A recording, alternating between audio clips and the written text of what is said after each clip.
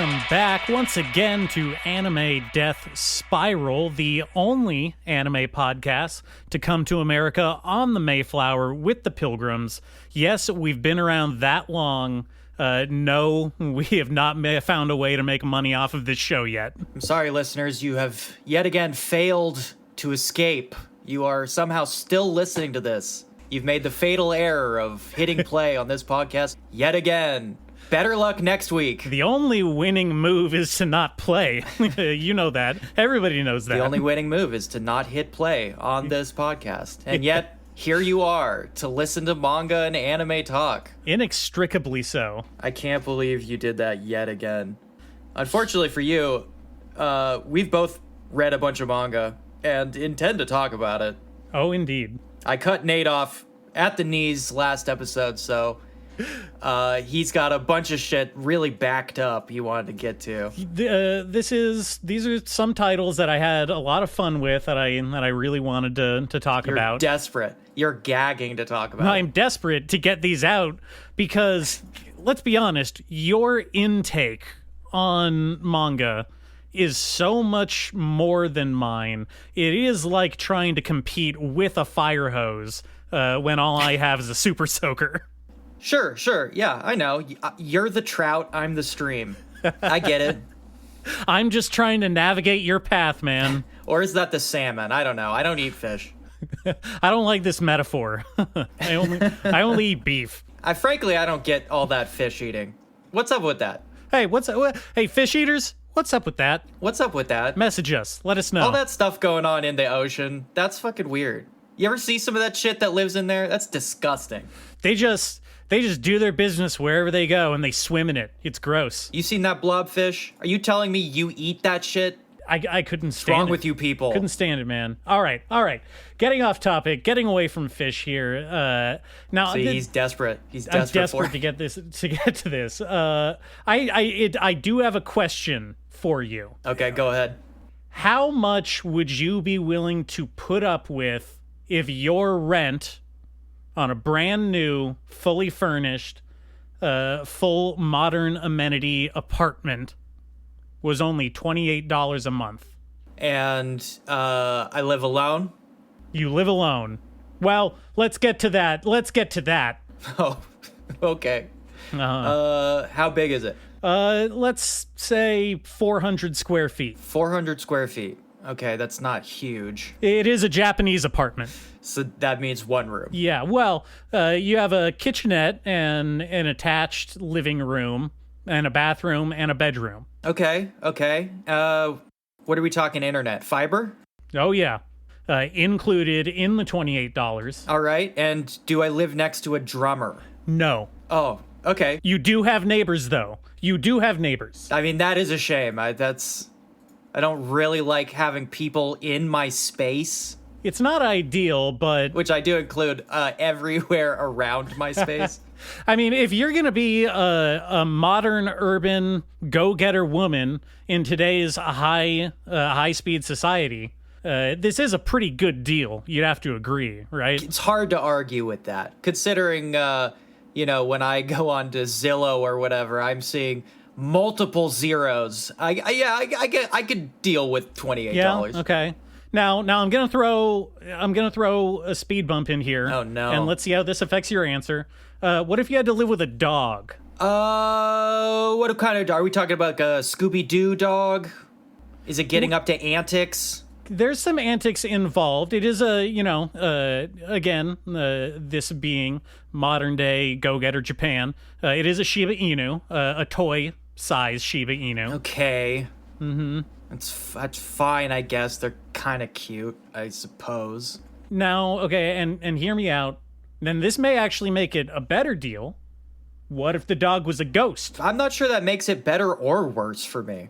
That's pretty much even. Well, I mean, ghost, you don't have to feed it. Well, I wouldn't feed it anyway. I assume it's hanging around against my will to begin with. Yeah, it is. It's not like I bought it. It is bound to the apartment because in life it suffered a horrible death. Do I have to hear about it? Well, and that is the last thing I want to bring up. It is a talking ghost dog. Jesus, and the dog talks. I did say if this was like a Scooby-Doo scenario. It is a bit of a Scooby-Doo scenario, yes. I can't get around that now. Wow, this deal is getting worse by the minute. I mean, still $28. I mean, I'd put up with it. Shit, I fucking lived with frat guys for a while. I guess I could deal with a dead talking dog. Well, then you came to the same conclusion as the heroine of Shiba Inu Rooms. This is a weird little manga that I found that's, currently running. I think it's like 18, 19 chapters in right now. Sure. And it is about a lady, recent high school graduate who is trying to save up money to go to university. And she found this amazing apartment deal with the catch that the building, and it's not just her apartment, it is every apartment in the building, is haunted by talking Shiba Inu ghosts. Wait, every single one? Every apartment? Every single one, yeah. Holy shit. Well, and here brings me to the weird, like, tonal gap that I really am enjoying about it. Okay. Like, the reason that the building is haunted by Shiba Inu ghosts is because it used to be, like, the building itself used to be a puppy mill, like an illegal puppy mill run by the Yakuza. Yeah, that would have been my guess, yeah. And they mismanaged it. Yeah. Well, what happened, and they go into some really gruesome detail about it, was Okay. like there was a huge power outage that knocked out the air conditioning in the building, and instead of saving the puppies, the Yakuza just abandoned them in the cages, which is super messed up. So the Yakuza abandon all of these puppies, and now the Shiba Inu puppies haunt the building. And so she has to deal with the one that lives in her apartment, who's a dick. This is the catch. All of the other haunted apartments, like, they're cool with their ghost puppies. Their dog is cool. Yeah, their dogs are cool. It's funny and chill. Well, that is kind of the general tone that it's settled into, right? It seems to be mostly about, right now at least, each chapter or a couple of chapters is her encountering another one of the tenants that currently occupy this building and getting to know them as neighbors. And then also, like, you get a little, profile of what their ghost dogs are like. Such as the first neighbor that she encounters is, like a goofy, kind of fun-loving guy.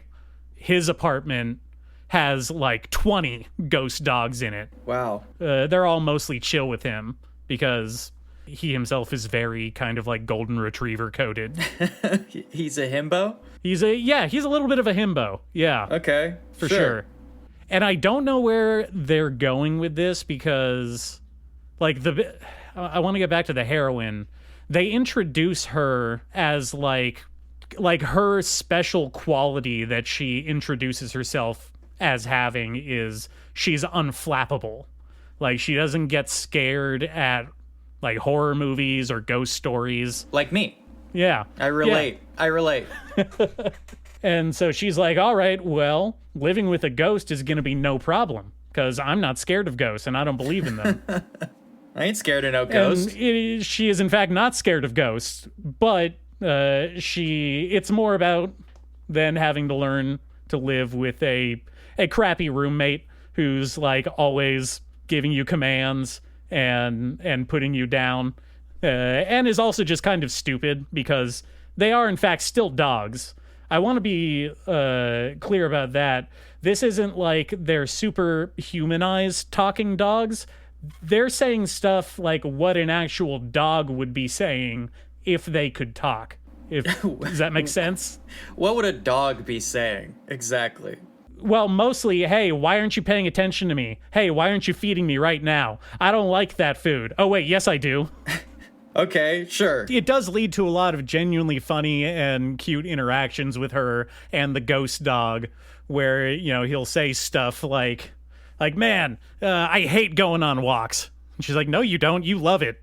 It's like, actually, you're right. I do love that. Holy shit, you're so smart. Oh, I guess I do love that. Wait, let me back up for a second.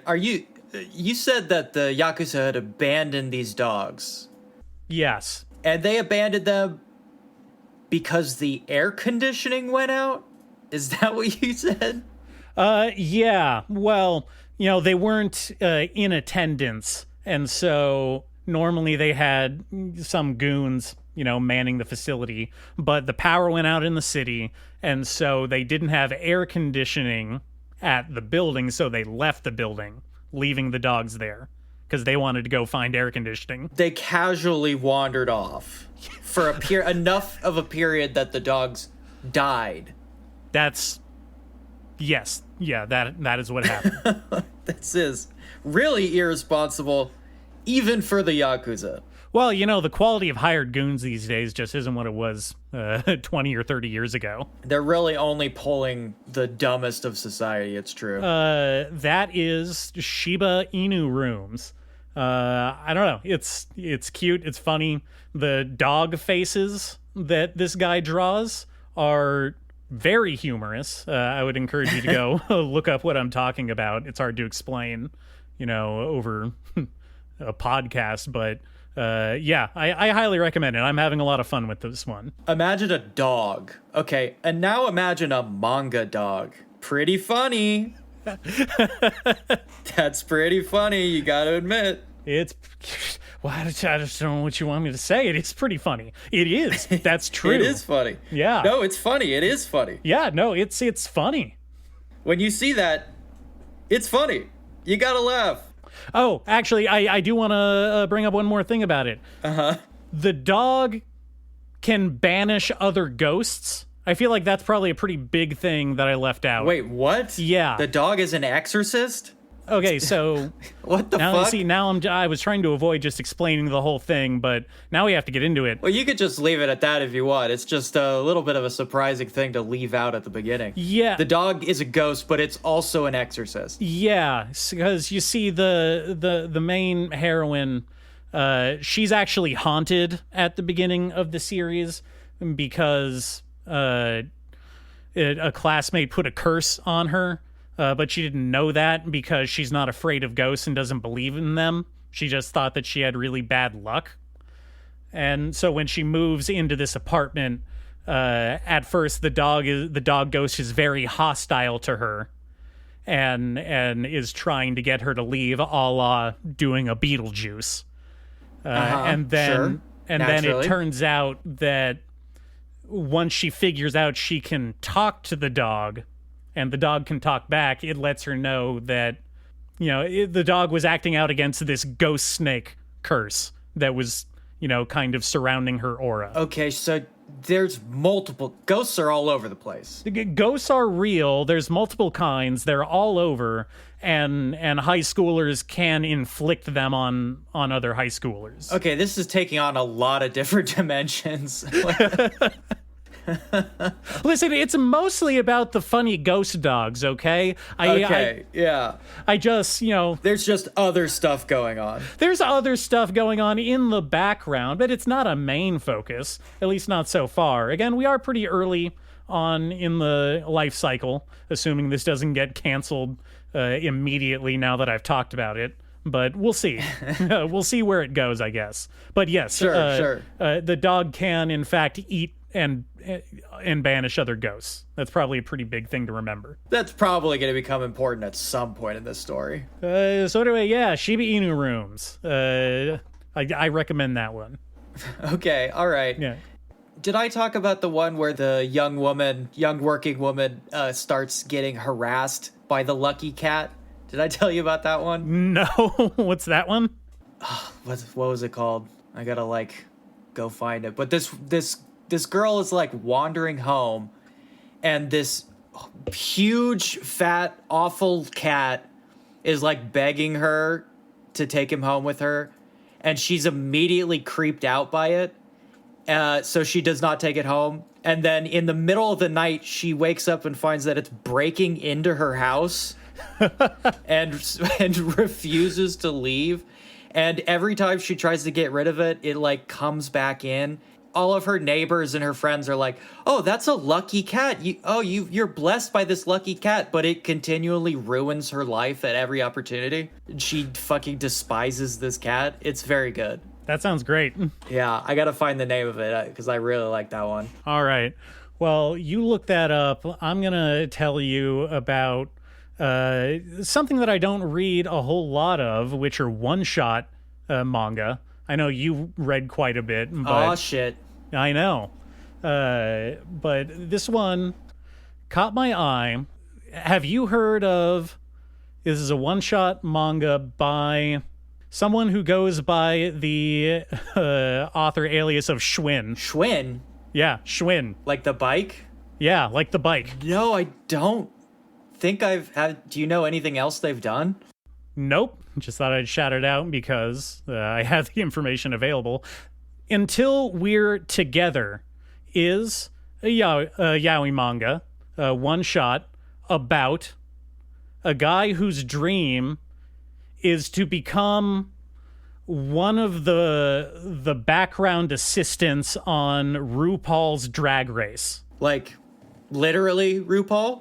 Like, literally RuPaul, the drag queen, and her show, RuPaul's Drag Race. RuPaul's name is specifically mentioned. RuPaul is explicitly featured. Wow, that's wild. Yeah. And so I wanted to let people know about this one because I was appalled, disgusted. I find it morally reprehensible. Sure. And I think you know why. Because it's a manga. Or is there more to it? There's an actual reason. Well, obviously because it's a manga, but because of the fracking on RuPaul's Wyoming Ranch. Oh, well, of course. I cannot believe the explicit support that this manga gives to the fracking. The implicit permission. Doesn't this mangaka know that RuPaul has been canceled? Apparently the news hasn't made it over there yet. It's still traveling by wire. Yeah.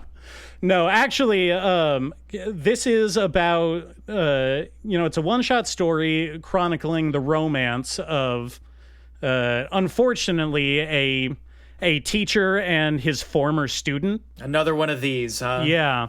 It does Jesus. take place after the student has already graduated university. So everyone's well an adult. Uh-huh. But it is like one of those things where...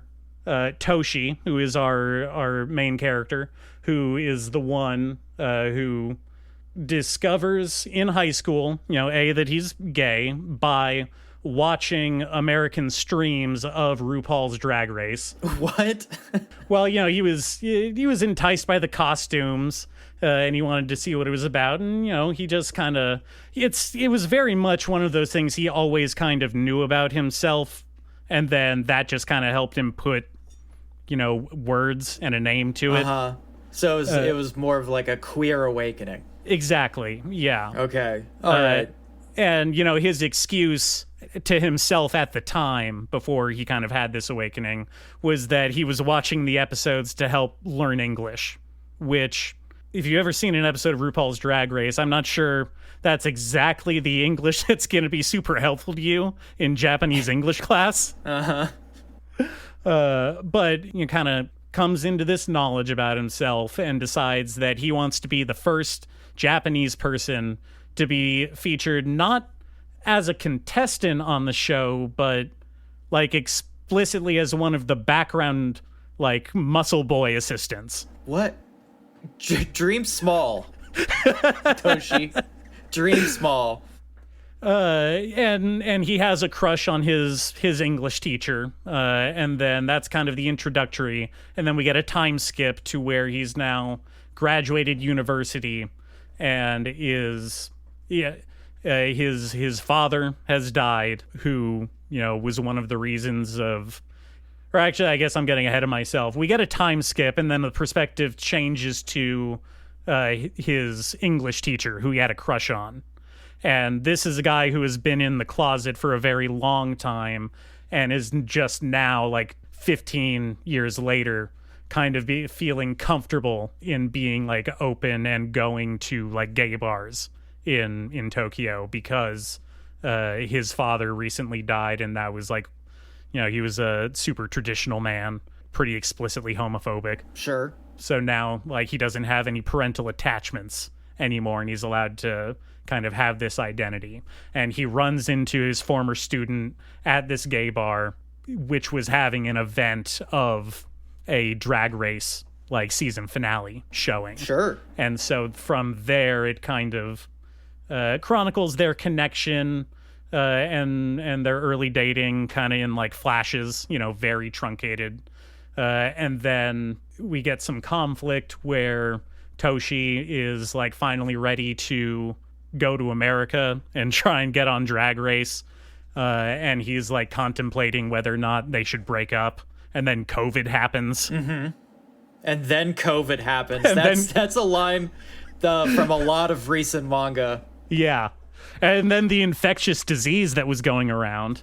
They always say it like very implicitly. They never just call it COVID. Just remember that weird time that happened recently where we all didn't do anything? Yeah. Weird. Well, like in this one, they never say COVID. They never say it. They say that infectious disease or that breathing disease that was going around. Yeah, we don't need to evoke its name. We all know what we're talking about. Mm-hmm. But we get some relationship drama from tensions on, like, all right, well, how are we going to make this work if you want to move to America and all that? And then they just kind of skip over resolving any of that to the end where they just reveal that he got on Drag Race. And that was it. That was the whole thing. Oh, cool. Yeah. But RuPaul is there and says that he's awesome. The manga RuPaul? Yeah. Manga RuPaul's there and gives words of encouragement. Awesome. And then tells everybody to go frack. That's dope. You got to screen cap manga RuPaul. I will. We will have to start compiling our manga American celebrities at some point because I've got a whole bunch of great ones. Mm-hmm. I mean, just from Bocchi alone, we have so many good ones. But I've got a nice compilation going. I've got at least like 5 or 6 presidents alone.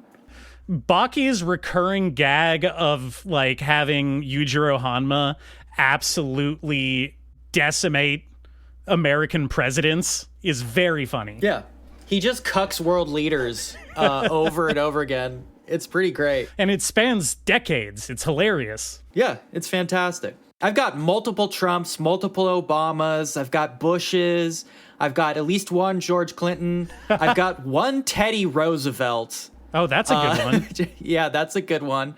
I think I have an Eisenhower, a serious Eisenhower, and a gag manga Eisenhower. So I've got 2 different flavors of Eisenhower. I'm slowly building up the collection. So I don't know. I thought this one was just kind of weird because it's the RuPaul Drag Race manga. It's not exactly like a, very engaging or deep romance. It's about 2 people who just kind of hook up and then eventually discovered that they like each other a lot. Sure. It's cool when you have a TV show in common. Yeah. Sometimes that's all it takes. All right. I had one other thing that I wanted to talk about. All right, lay it on me. This is actually something that you had read previously after I brought it up to you, and that is Drama Queen. Oh, yes. Right. Yeah. Now, this is a manga that I happened upon, like, entirely based on vibes because I liked the cover. He says happened upon. This is one of the current Shonen Jump, like, main headliners. Well, that's the thing, is I don't read a lot of, like, Shonen Jump titles besides Dan to Dan and Chainsaw Man. Like, those are the only 2 that I regularly follow. Just the 2 biggest and most popular ones, Well, I am a basic bitch. I can't get around that. Yeah. Well, Demon Slayer and My Hero are both long since dead now at this point, so yeah. Those are grandpa animes. Okay, yes, this is a Shonen Jump main page promoted manga. Yep. But I'd never heard of it before, so I consider it a good find. It's just really funny to me. I found this manga. It was on the front page of Shonen Jump. Yes, that's how I found it too. I was digging in the archives, just in the backroom record bins, and I happened to come across the front page of Shonen Jump and found this manga I liked. Hey, I was walking around New York the other day, and I found this huge park that I don't think anyone's ever heard of. It was crazy. So I did read the first chapter of this a while back when we were reviewing the current Shonen Jump lineup. I think I mentioned it briefly, but I didn't go into detail because it wasn't as incredibly bad as some of the other things, so I didn't think it would be as funny to talk about. I really like this one. Very briefly, this is a manga about like a alternate present. It's not really the future. It's an alternate present where aliens have supposedly saved the Earth from being hit by a giant meteor. And as thanks for using their superior technology, Earth just kind of lets the aliens have like blank check citizenship wherever they want to go, it seems like. Yeah. They just wander. They wander around, do whatever they want. They just do whatever they want. And they're real dicks about it too. Like, real bad. It's like they're all American tourists. Yeah. It's sort of, and this is not exclusive to Drama Queen. I've actually noticed it in a few recent manga where there's just sort of this kind of to serve man style alien, slow motion alien invasion, or like V. You remember V? Yeah, uh-huh. Yeah, sort of that kind of thing just happening. I wonder why. It's interesting. The Japanese would be feeling resentful against, an alien species coming in and just kind of going roughshod over all of their cities and major cultural spots, right? Slow motion casual invasion. And there is one I want to talk about in the exact same vein when you're done describing this one, but okay. Yeah, go ahead. And so we have that's our setting, and we have our two characters, which is a girl who works at basically like an Amazon packaging facility, something like that. Yeah. A box factory. Dead-end job. Yeah. Some dead-end piece of shit job. Some dead-end piece of shit manufacturing job. And she hates the aliens because, again, they're all dicks, like, pretty much. Yeah, and her boss is one, right? Yeah, oh yeah. And he's a dick, too. He's the... They are, like, a species comprised entirely of middle managers, it seems. Yeah. That kind of thing. Truly hateful. Yeah. And so her boss is like always giving her a hard time and like getting in her personal space and telling her that she's going to get fired if she doesn't, do whatever. And she's always running into alien dicks, bumping into her on the street and getting the last parking spot. And I don't know, eating all of her favorite onigiri from the convenience store. Shit like that. And she runs into a guy who hates aliens because they killed his family. Like an alien drunk driver drunk drove into his family's car. Yeah. Which is a very human way of murdering, I want to say. I know. It is very much like I have sworn my vengeance on the Demon King because... he fell asleep with a cigarette in his mouth and burned down my apartment building. And so the premise is they team up because he wants to kill aliens, and for whatever reason, they have discovered that she really likes eating aliens. What a coincidence. I know. Crazy. I know. Match made in heaven, really, Yeah. I can't remember what the inciting incident was, but they ended up, murdering this alien because they're, I think, her neighbor or something. And they're trying to find a way to dispose of the body. And they're like, I don't know, why don't we burn it? they try that, and she's like, wow, that smells good. And the gag seems to be that, like, dead alien flesh is so incredibly pungent and hard to get rid of that, like, aliens just kind of consequently are hard to murder that way. Like, they make a point of saying later on in one of the chapters that, like, a dead alien, when its flesh begins to rot, the smell is so powerful that it even comes up through several feet of concrete. Like, that's how hard dead alien bodies are to dispose of. You need Tupperware. Yeah. and apparently when you try and burn it, it smells really bad to everybody except for her, because she's a weird little, like, goblin freak person. Yeah. Not a cannibal, but It's close.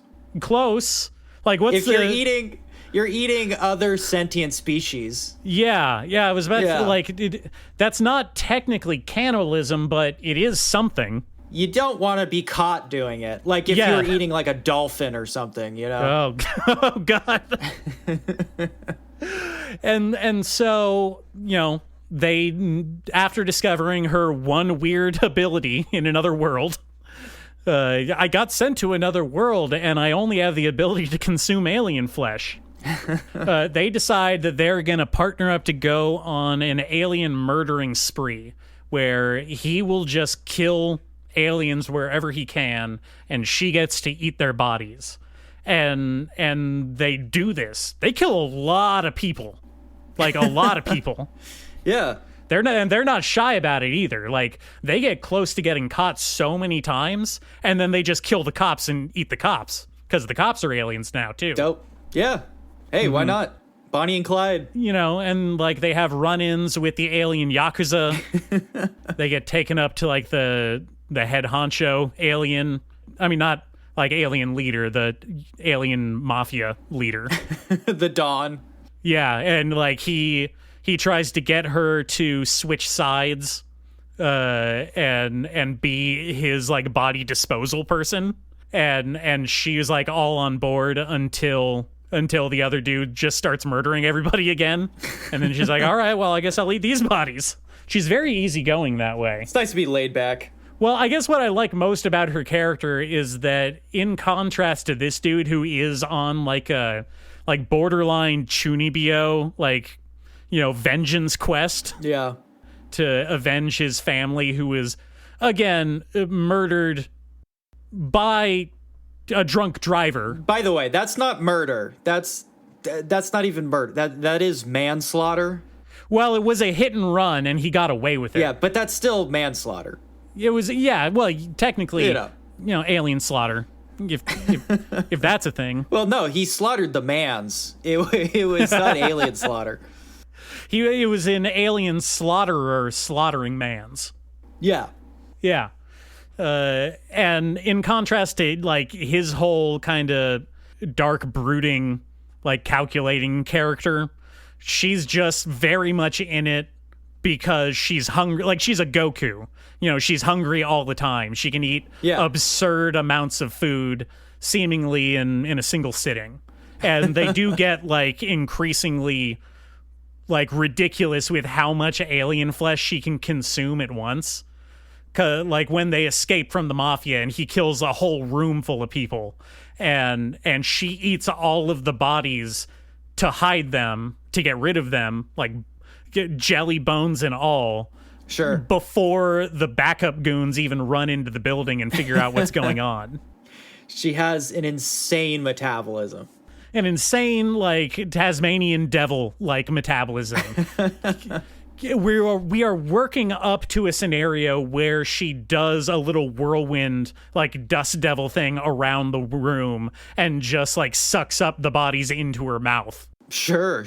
Like spaghetti. Oh, yeah. She's turning into Kirby. Yeah. Yes. Yeah, very much.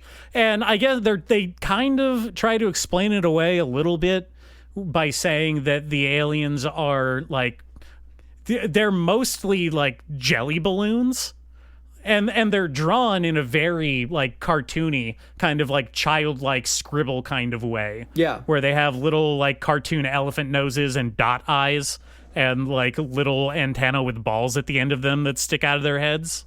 and they're implied to be like mostly amorphous, kind of like jelly, like almost pudding textured flesh kind of thing. And so she can just kind of suck them up like a tapioca ball in a boba tea. Yes. I don't know. We're pretty early on. There's only like 9 chapters out.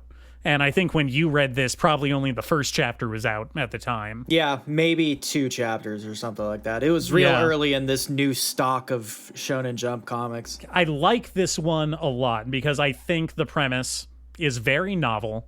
I think it's definitely, kind of like reading this as someone who has been a tourist in Japan and wants to be a tourist in Japan again at some point in the future. I think maybe this author is trying to imply something about what they think about the influx of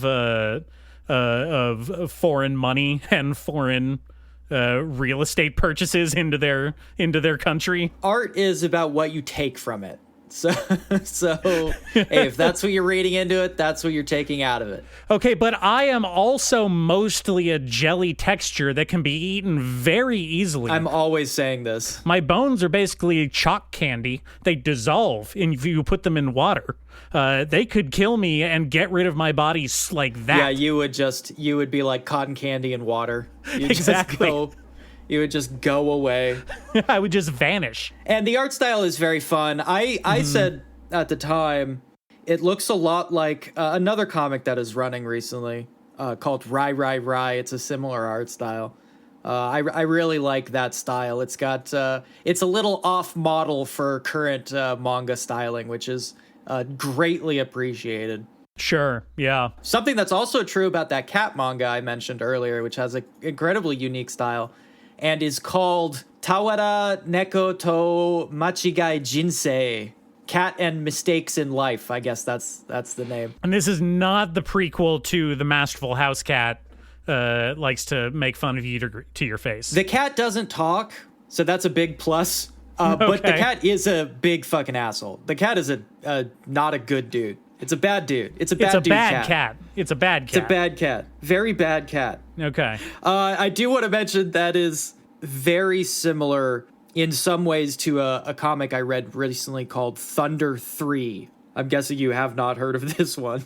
Well, I've never heard of Thunder 1 or 2. You got to catch up. This one is by Yuki Ikeda. It's about 3 short kids who are pretty unspectacular. They're kind of just like normal high school losers existing kind of within the bounds of a sort of a loosely drawn kind of like gag comic art style world. Who one day accidentally slip into a realistic world. Oh. After the main character's little sister runs away. And the only difference between their gag manga world and the realistic world is that at some point in the realistic world, aliens showed up and became, again, very similarly, like kind of an upper class, almost touristy, almost ruling class kind of social position. They just kind of wander around and do whatever they want. They're like 9 feet tall, so nobody's really like fighting back against them, you know? They're huge. At one point in the comic, like the kids watch this guy and his daughter like buy ice cream cones together, and they're like laughing and having a good time. And a father and daughter alien walk up and take the ice cream cone out of his hands and just start eating it. And when the guy complains, the cops show up and try to arrest him for complaining.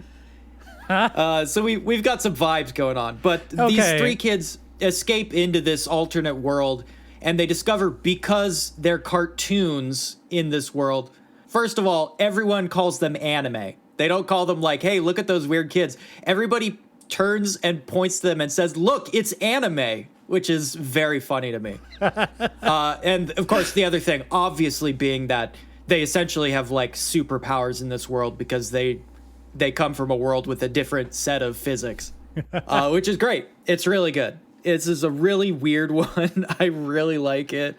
The juxtaposition of the gag manga art style onto like the sort of like realistic manga thing is just endlessly entertaining. But it's got that very similar thing going on where there's like this V style slow motion alien invasion thing is happening. Sure. It's very good. It's kind of like that's why Who Framed Roger Rabbit works so well, right? The juxtaposition between the toon people and the real people. Yes, exactly. Though it's obviously normalized in that universe. In this one, it's still novel. Yeah. That vibe is pretty similar to Drama Queen. Slightly different, I think, in that the aliens in Drama Queen aren't, like, they are explicitly not so much an overclass as you're describing, where they're allowed to just do, like whatever they want, but it is implied that they have set up a systemically alien supremacist like society structure on Earth in a much more subtle way, where, you know, like I was saying, like aliens are the middle managers. They get the best jobs.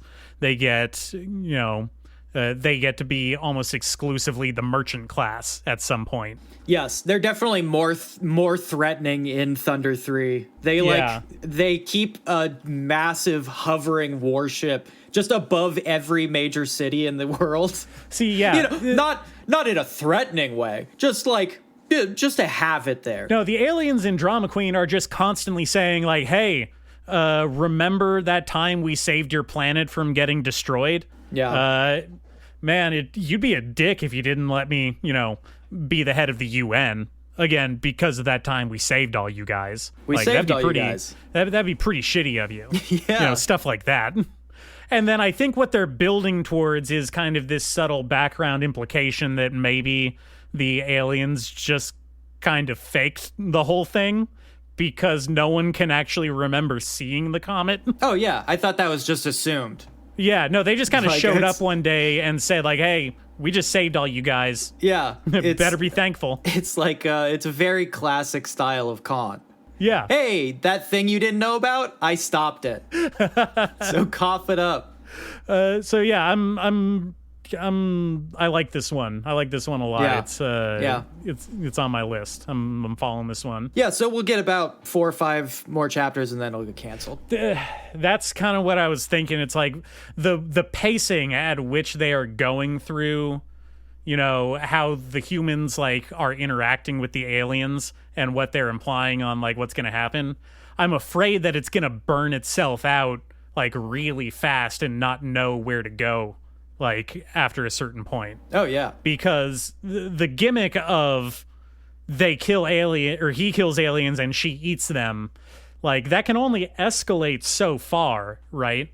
Like to the point where she eats the alien president. Like I don't know where you go after that, unless they do like an arc where they go to the alien planet and they try to eat everybody there. Yeah, that'd be pretty cool. I don't know.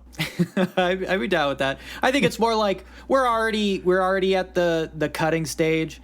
The other one from the recent crop that I liked called Ankoku Delta got cut very quickly. It was the weirdest and most unique one out of the entire thing. That was the one about the alien girl who likes to come to the human dimension. They're not from a different planet. They exist on like a higher dimensional plane. But she can access the human dimension by like wearing a skin suit, which is just great. And that would immediately. I mean, that's kind of how people interact with the ocean, right? We go to the ocean wearing a skin suit, basically. Yeah, but it would be more like if we climbed into like a giant tuna shell and then pretended to be a tuna by like wiggling around and stuff. It'd be more like that. That'd be dope. We should do that. Yeah, we should do that. But obviously, people don't like that. They don't like weird stuff. They don't like stuff that's slightly off model. They don't like anything that's unique or stands out in any way. So of course it got the hammer immediately. People don't like anything that can't be easily turned into a Funko Pop. Well, it's not immediately recognizable as a Naruto. So like who cares? if it's not like any of the things that I already like, how do I know what biases to apply to it? Yeah, I don't understand how this relates to Jujutsu Kaisen, so I'm not going to keep reading it. It's a real shame. We've really running out of stuff that has made it past 30 chapters at this point. The great filter. Yeah, it really is. Mm-hmm. They're just going to be putting out 3 chapters. Shonen Jump is just going to be new manga every week and then immediately canceled. They should just call it One Piece Jump. That's the only thing they make money off of. Yeah, but One Piece is almost done. We're rocketing towards the end. And we've talked about it, a lot in the past. They are panicking about One Piece being almost done. Yeah. I mean, check this shit out. Chainsaw Man, obviously almost done. One Piece almost done. Boruto, from what I hear, running out of steam. Dragon Ball Super, obviously Toriyama's dead. It would be in poor taste to just keep cranking that out. Hear that, Berserk? Do you hear that? Yeah. Dan to Dan probably got a lot of life left in it, so that's not a problem. Spy Family, the author's not really that into it anymore. Sakamoto Days had that terrible anime opening. People did not like that. Other than that, geez, I think that's it. I think that's Shonen Jump right there. I can't think of anything else that's like huge. Yeah, I don't know. We'll have to see. I feel like the pipeline in which these kind of like big name hits comes out is drastically changing. Maybe even fracturing, which honestly could be a good thing if instead of like 4 or 5 giant mainline titles that they ride on for several decades, like maybe they could just, I don't know, finance like shorter, complete, well-written stories. You mean become a publishing house? Yeah, become a publishing house instead of a content. Instead of a magazine. It's not really. It's an app. It's not really a magazine outside of Japan. Oh no, we've long since abandoned magazines in this country. Yeah. Nobody has magazines.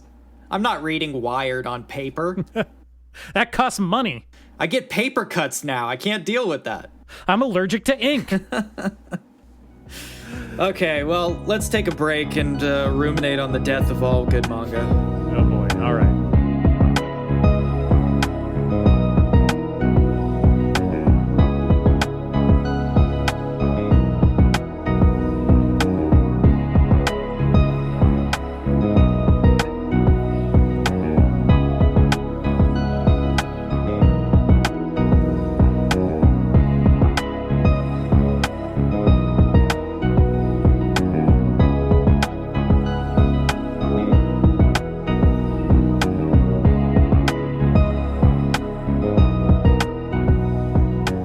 Guys, you'll remember a couple episodes ago, Nate was trying to shame me over my isekai reading list. Of course, he failed to do so because I am shameless. He means that in every sense of the word. Oh, absolutely. I've never known shame. Despair? Yeah. Oh, absolutely. I mean, there's all kinds of things I feel. Shame is just one of the ones I discarded. It's useless to me. I have purified my soul by discarding this useless emotion. Yes. But, of course, in the absence of shame, loathing has taken its place. And I tend to loathe things quite ferociously. Oh, he loathes with the best of them, folks. That's true. That's why I can loathe isekai and still read them, because of the duality of man. But it did have me thinking a lot about genre and like genre specific things that I tend not to like at all. But I end up finding, let's say, exceptions that prove the rule a lot. I mean, again, because I read a lot of stuff, but also there are just, for everything that you hate, there's probably something out there that you can stand. And I was looking over my list, and I had a couple of them that I wanted to talk about. All right. I know Nate has less of them because he doesn't like to experiment. But I've found quite a lot. It's true. I like to stay in my little bubble. I don't talk to strangers, nor do I leave my house very often. And that mentality implies to my media consumption as well.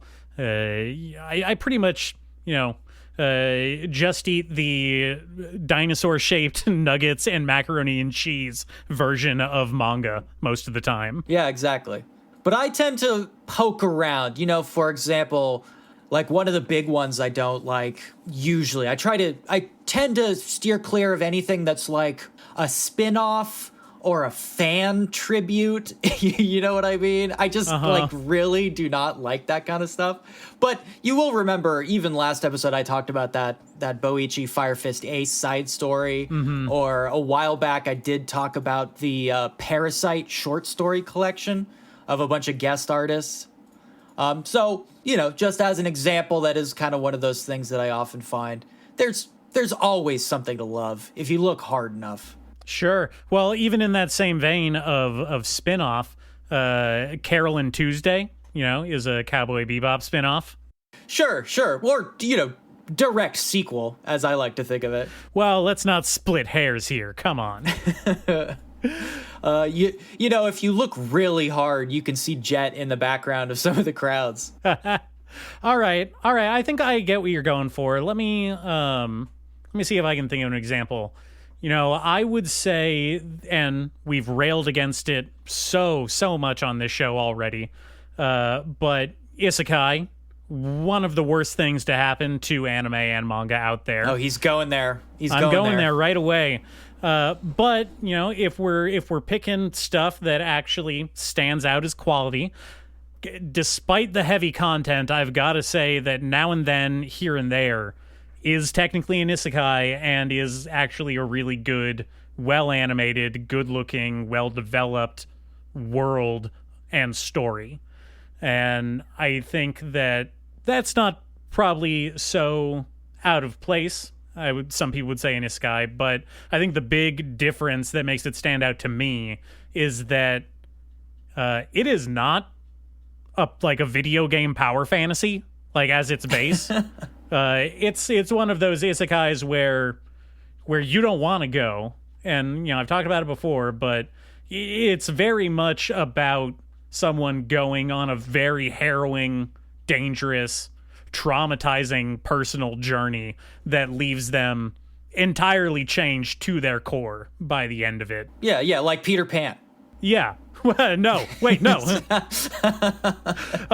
Leaving Wonderland. Wait, no. Oh, wait, hold on. Wait a second. Yeah. That's a thing I like about Ishura. I don't think I ever mentioned this when I've been talking about it.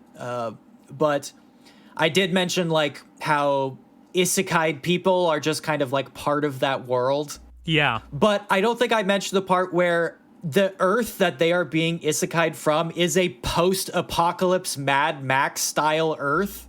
So it's not like your typical isekai where like some hikikomori like dies from choking on a Cheeto and then wakes up in a fantasy realm. It's everybody who's an isekai visitor in that world has come directly from Mad Max.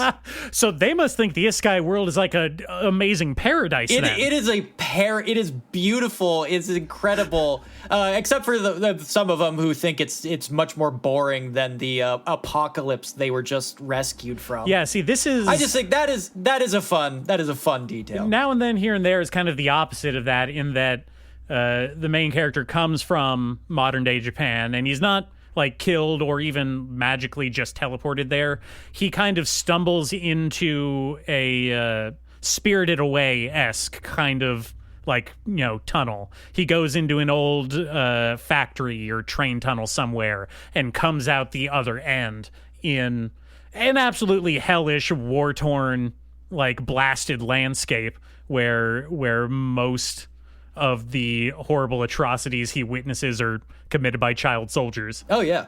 But it's not like a ReZero where he just suddenly inexplicably found himself there. It is much more in line with the like kind of classic fairy tale aspect of these stories, like kind of like My Neighbor Totoro, honestly. He stumbles down the rabbit hole. He does an Alice in Wonderland. There we go. Brought it home. Yeah, you're not supposed to go into the woods at night.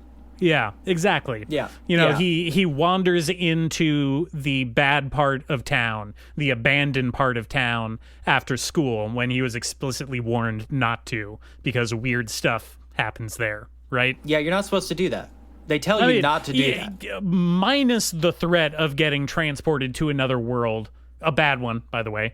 Minus that threat, it's still not a good idea, you know?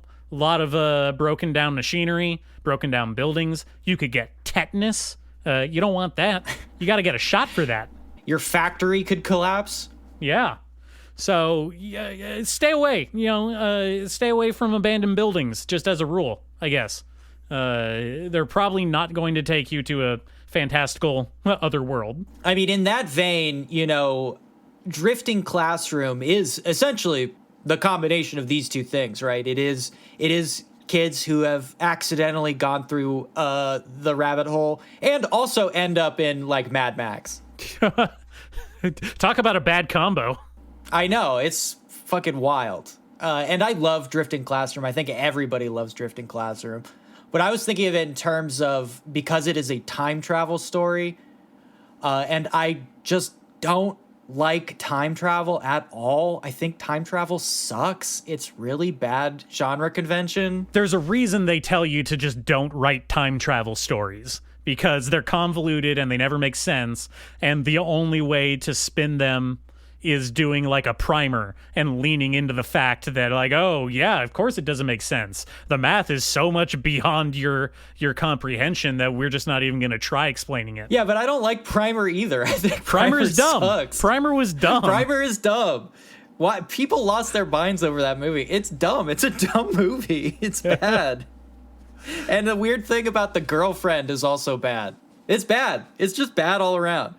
And I just really do not like that it's an impossible task to write a coherent narrative with real emotional stakes when time travel is involved, because either you blow the entire plot on the inclusion of time travel, or the convolution of time travel sucks up all the narrative attention of the story. So the actual like emotional stuff that's supposed to be the interesting part is just completely sidelined. I don't like it. I don't like time travel at all. And there are very few stories that I think work in that way. I mean, in anime in particular, I think there is The Drifting Classroom. I think The Girl Who Leapt Through Time is really good. I like that one a lot. I think it's a good movie and it's a good story, but I don't think that it is a particularly well-written time travel kind of thing. I don't think it's not changing my mind about time travel. Yeah. Wait, Your Name? Your Name. Yeah. Is like, okay, that's fine. You know, you start off thinking that it's just a body swap story, and then you get the reveal that they're actually, in addition to switching, you know, their bodies, like the time that they're switching is also like 4 years apart or something like that. And they write to each other in notebooks that they leave behind. Yes, which, by the way, is just a remake of The Lake House. Oh, yeah. I watched that with my wife, and that's something that she said. Oh, really? She's like, hey, this is just the lake house. It's just the fucking lake house. It's just the lake house. Or what's the other one? Is it You've Got Mail? Does that one have time travel in it? Oh, you know what? Maybe it does. I think you're thinking of the Tom Hanks movie. Yeah, the one with it's a Nora Ephron movie. Yeah, You've Got Mail. Yeah. Which is just the Notebook, but with emails. Yes, exactly. Much better than a notebook, obviously. We all love email. Hey, what if you could email through time? Wouldn't that be crazy? Because someone saw that you could edit the EXIF data on outgoing mail and change what date it looked like it was sent from. This is also the other dumb thing, right? Where it's like, I think we had this argument at some point, or maybe it was someone else, where somebody tried to claim that like just going to sleep and waking up like Rip Van Winkle style is time travel, and like, oh, that was me. I guess I said that. That was you. Yeah, it's like, okay, yeah, I guess it's but that it's just waiting, or it's exactly the same style of time travel as just sitting down and then getting up later. It's but if we're talking, so it's like that. It's just the same question as that Stephen King short story, The Jaunt, right? About the teleporter. You know what I'm talking about? Yes, I'm intimately familiar with The Jaunt. Yeah. It's just the same thing. It's like, what's the difference if all that matters is our perception of what happened? If you step into a pod and come out unchanged 40 years in the future, that is basically time travel, like, albeit only in one direction. Yes, it's hard to argue that you are traveling through time. Now, going backwards in time is a lot more complicated, and we don't mess with that. Yeah, don't fuck around with that. Yeah. You have to. It also requires a particular assumption about time, that like there is a forward and backward, which I don't know. We take that for granted, but I'm not so sure that's a real thing. Time is an illusion of human perception, because we have to put in like manageable terms of stuff that came before and stuff that is going to come after. Yeah, but minus humans thinking about it, time doesn't exist. Yeah, like what the fuck even is it? It's like, when Matthew McConaughey says time is a flat circle in True Detective, it's like, hold on a second. Okay, that sounds profound, but it's actually one of the stupidest things I've ever heard. Wait, I've definitely heard the phrase "time is a flat circle" in many, many places. It can't be from True Detective. Well, he says it in True Detective, and then everyone else started saying it, so I don't know what to tell you. God damn it. Okay, all right. Okay, anyway, there are other examples here. I don't want to get caught up in time travel exclusively. All right, let me see. How about this? I am not generally one for the girl band anime, right? Sure. I've tried the shoes on many times, and nothing ever really sticks. Especially not the moe, version of it, which is something we talked about, I think, a couple episodes ago. Sure. About Precure. Precure, K-On, Lucky Star, all of that. Cardcaptor Sakura. Dude, sure. Was she in a band? Oh, it must have at some point. Anyway, but one that I was surprised that got an anime a couple years ago, big name, everyone loved, Bocchi the Rock at the time, and I talked about it, I think, on a very early episode in the show. Yeah, we talked about Bocchi. Everybody's talking about this Bocchi. Everyone's talking about this Bocchi. She's not even a rock. She's a little girl.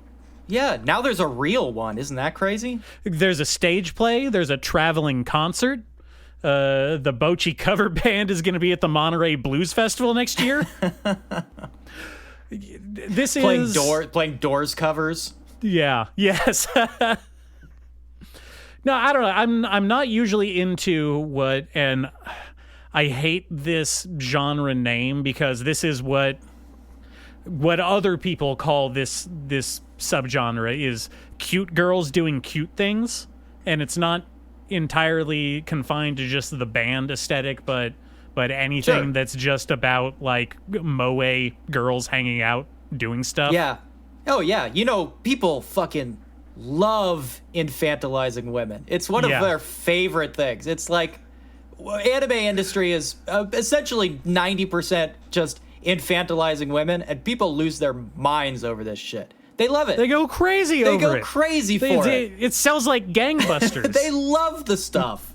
I don't know. I liked this one, just to reiterate some of the things that I said about it, a while ago, but it's got experimental animation segments, which I think are really cool.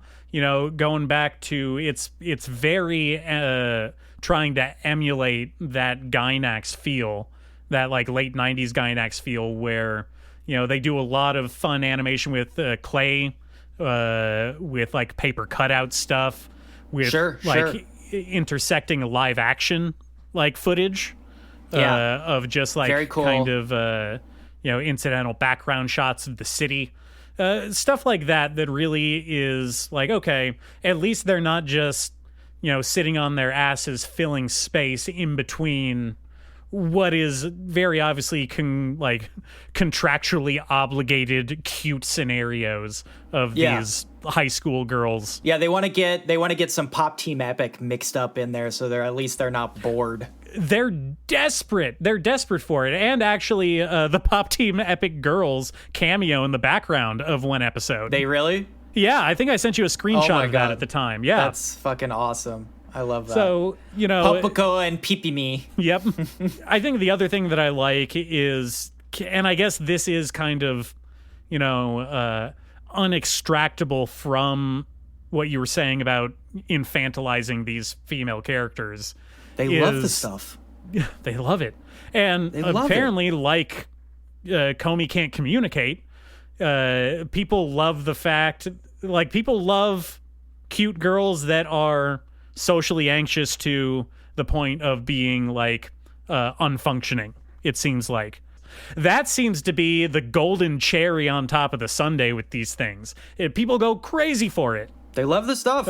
Which I've got to say, it unfortunately is actually one of the things that I like about this, because it is very much not doing it in a kind of cute, romanticized way that Comey was doing it. They very clearly show that her Bocchi, her social anxiety is ruining her life detrimentally and very, very explicitly upfront. And the cute girls doing cute stuff aspect is a way for her to, safely, gradually come out of her shell in that way by just interacting with her classmates. Sure. But it is not portrayed as an enviable or cute or endearing thing when she breaks down in tears trying to answer the front door. It's an ugly thing. It's disgusting. It's loathsome. It's disturbing. I loathe it. I have an excess of loathing, and that's one of the things I loathe. So I don't know. I that's one of the anime from that season that I watched all 12 episodes of, and I'm actually looking forward to the part 2, season 2, core 2, I guess. I also loathe that. I loathe that word. But yeah, I don't know. That's probably my favorite thing from the girl band subgenre that I actually felt attached to. Yeah, and I don't loathe girl band stuff. I'm fine with girl band stuff, like Carol and Tuesday we just mentioned. I loved Carol and Tuesday, and I like girl band shows. Insofar as they actually play music, I don't like them as much when they don't actually get to the song stuff. Well, that is what I find most perplexing, because most people who I see talking about Bocchi the Rock are manga readers and manga fans first. They were there before the anime got adapted.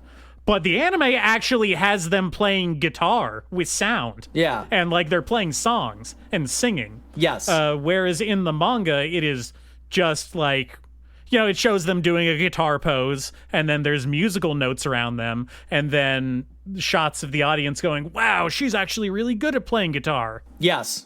And we all know how much I loathe that manga about playing music.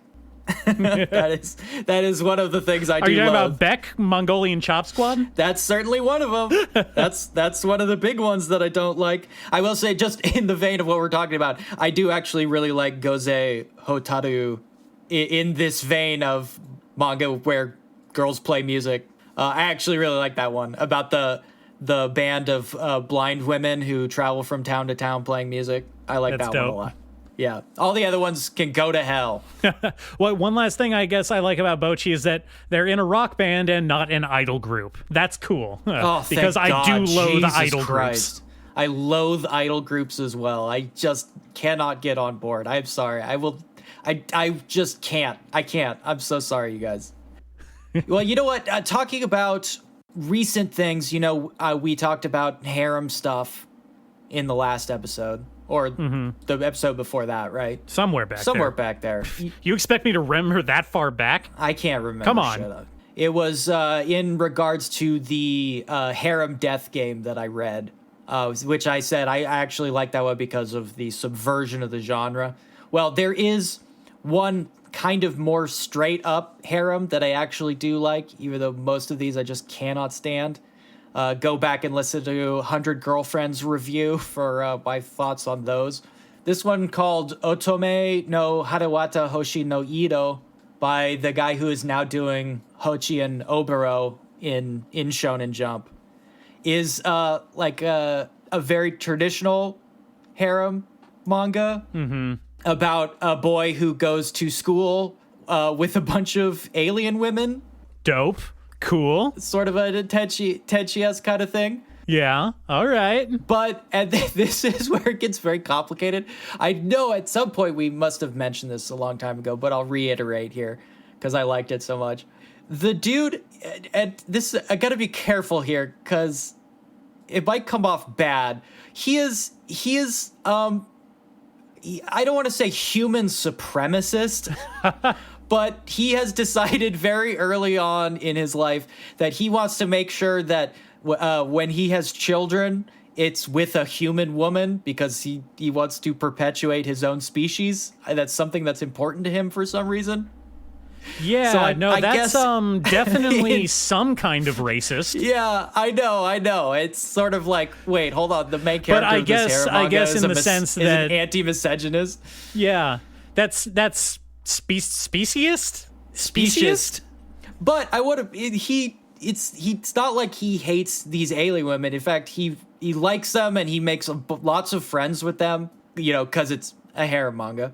But that is sus. I admit it. I'm not gonna make bones about it. It's real sus that's the. Well, it's about as subtle as Drama Queen, what that author thinks of tourists coming into their community. It is more of a premise just to set up gags, you know, because the idea is he goes to alien school and there's all these incredibly beautiful variations of alien women, and they all want to have sex with him. And there needs to be a reason why he refuses to do that, right? To perpetuate the gag. And so he says, "No, I don't want you, beautiful alien women. I only date pure, straight, black-haired Earth women." Yes, exactly. I mean, there are other reasons. For example, the first girl that falls in love with him, whenever she gets horny, her body literally catches on fire, like Johnny Flame style. Just like me. Yeah. And he's like, oh, I don't want to die, so maybe we can just be friends. Would that work? Are the aliens human looking? Yes, they're all human looking. They have alien parts, but they're mostly just beautiful women. Okay. And they have superpowers. Not really. I mean, her is more of like a physical disability than a superpower. But like the other ones are, one of them is a cat girl who makes a huge deal about being a cat girl. She thinks that essentially gives her the edge over all human women because I know exactly what girls. you're talking about now. Yes, I've posted the image where she tries to gently break it to her that actually it's only gross otaku who like cat girls and regular people don't care, and she gets really depressed about it. Well, it's kind of weird that she is both a cat girl and cat girls exist in human media like separate from her alien species. I gotta say, That's quite a coincidence. Well, this is set in a future where aliens have just recently arrived on Earth, right? And there just happens to be a species that it looks like a cat girl.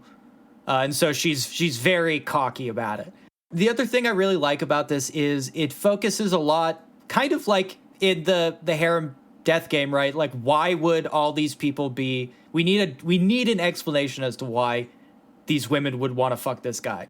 And this one is much more blunt about it. They make it very clear that all these women want to fuck him because he is the hottest dude at school. He is insanely fucking hot. He's ripped. He's incredibly handsome. He's a nice guy who's charming. So all these girls are just straight up lusty. Like, oh my god, I want to fuck the hottest guy at school. He's just the school prince type. That's his thing. Yeah, but he doesn't have that aura. He's not like what that character would usually be. He's just a chill, down-to-earth, good-looking dude who likes to hang out and fucks real good. Yeah, they basically make no bones about it. Whenever the girls are confronted with like, hey, why does everybody like this dude? They're like, well, he's insanely fucking sexy. Like, we want to get down. I mean, at least they're honest about that aspect of it. Which is what I like. That's what I like about it. It's like they're not making any bones about, he's so nice. It's like, no, he's fucking ripped as hell. There are multiple gags where the comic portrays him in the shower as if he is one of the sexy girls. And then the camera pulls out and it's him, his insanely ripped, glistening body. And like the narrative's like, got your ass. It's very good. It's very good. And the gags are very funny as well. It's very well drawn. It's actually funny the way that the girls are upfront about their desires and how shallow they are is really good. It's really good and funny. It's also like 16 chapters. Okay. All right. So it's all right. It's a genre I do not like and a manga that makes use of it in a fun way. Okay. Well, so for me, this is the other one that I thought of when you asked this question. Mm-hmm. And I guess now that you brought it up during the Bocchi bit, it's kind of just tied to the exact same like female infantilization thing, and that is the magical girl genre. Sure. Which I guess is slightly different, in the sense that at least the characters in this genre, I guess they are supposed to be like superheroes, right? Mm-hmm. But it's still inextricably tied to not inextricably, fundamentally is what I was trying to say. It's fundamentally tied to this image of Cardcaptor Sakura, it's Sailor Moon, like the high school, middle school girl who kind of has like a super bright, flowery aesthetic, fights evil in the name of love and good and all of that. Yes, and post 9/11 became the ironic grimdark manga genre with Madoka Magica and My Hime and all that kind of shit. Yeah, yes, exactly. Which again, I guess mostly what I don't like of it is the, objectification and infantilization of these very young women. But people not love a great it. Look. They eat it up. People love that shit. It sells like hotcakes. They love it. So generally just something that I don't see as for me, nor would I want it to be for me, or associate with anybody who thinks it is for them. But I did like, and this is, again, something that we talked about a long time ago, but Suicide Girl, which I think is, I guess, what you would say is a very, obtuse, upfront parody of the magical girl genre. It is about a just frantic mess of a woman who gets amazing superpowers from the... Was it like a Shinigami bureau or something that gives her powers? No. She tries to do a group suicide, and the guy who sets it up is he's tricking all the people because he wants to teach them a lesson about life, and she's the only one that's disappointed at the end of it that she didn't die. Right, yes. And that gives her the ability to use suicide powers. And she's not the only one. There are other suicide girls, which, now that I say that out loud, is very similar to a website from the early 2000s. Yep. And they all have magical girl transformations that involve killing themselves in very graphic ways. Yeah, how they tried to kill themselves is directly tied to their powers. Yes. And which I think is, interesting and funny, and it's very goofy. It is not take itself seriously at all. Yes, it is fascinating because it is sort of playing in the space of the grimdark subversion magical girls, but it is not grimdark at all, even though it is all about suicide and people killing themselves. No, it's basically a borderline gag comic. most of the time. Yeah, but it's incredibly funny and cool and lighthearted in most aspects. Well, what I like about it that made it stand out to me is, again, in kind of the reversal of those classical magical girl aesthetics, it kind of throws all that out the window, and it has like very angular character designs. Everything's super sketchy looking, very rough, like motion lines. It looks like it was drawn by somebody going off of 3 days of Adderall and black coffee, and everyone kind of has this like, I don't know. I would have to say, and this is for my millennial listeners out there. It's got some Jonan Vasquez like qualities to everything. Well, this is Nakayama Atsushi, who is definitely one of my top 10 manga artists like of all time. They've done a bunch of shit that I absolutely adore, including like Yorotaro, Mage Game, which only got 4 chapters, by the way. A couple other stuff. He's currently doing something called Nejimaki Kagyu, which is a little sus. But his art style is just absolutely my favorite. It's really good. It's really good.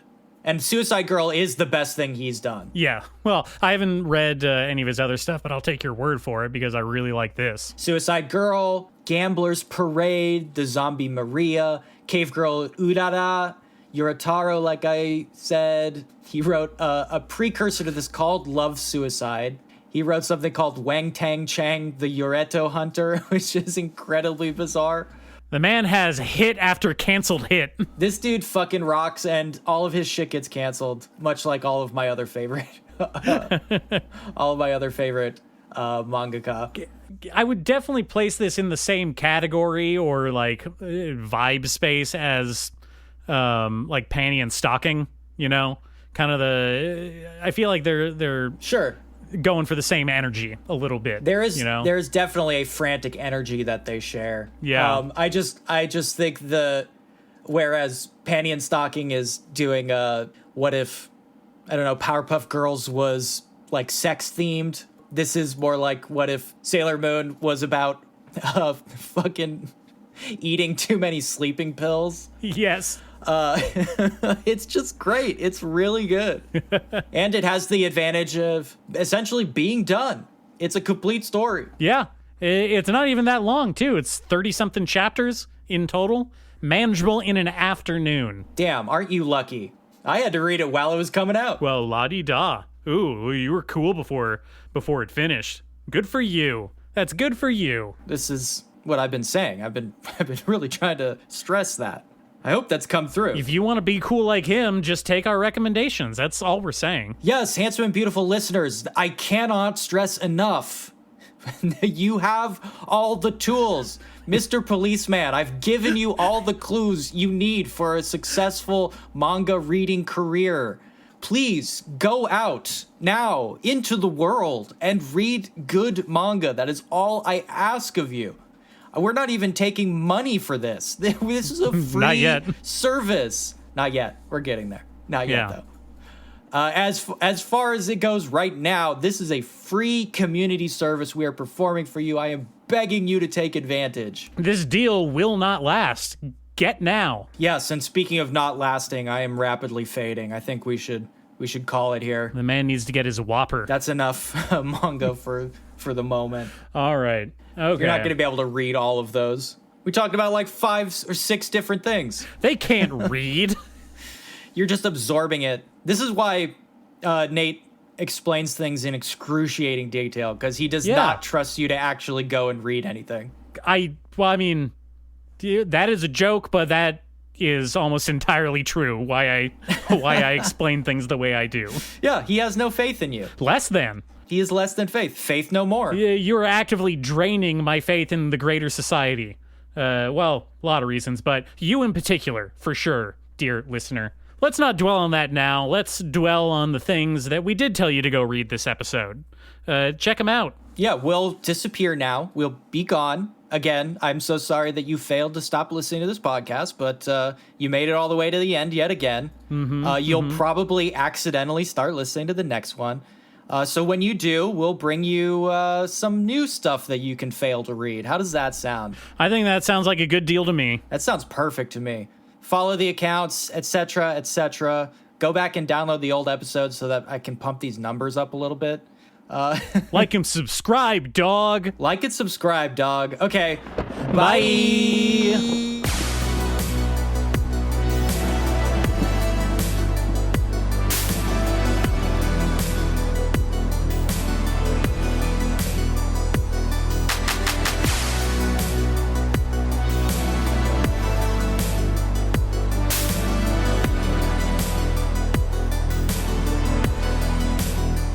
Yeah, it's a funny looking dog, all right.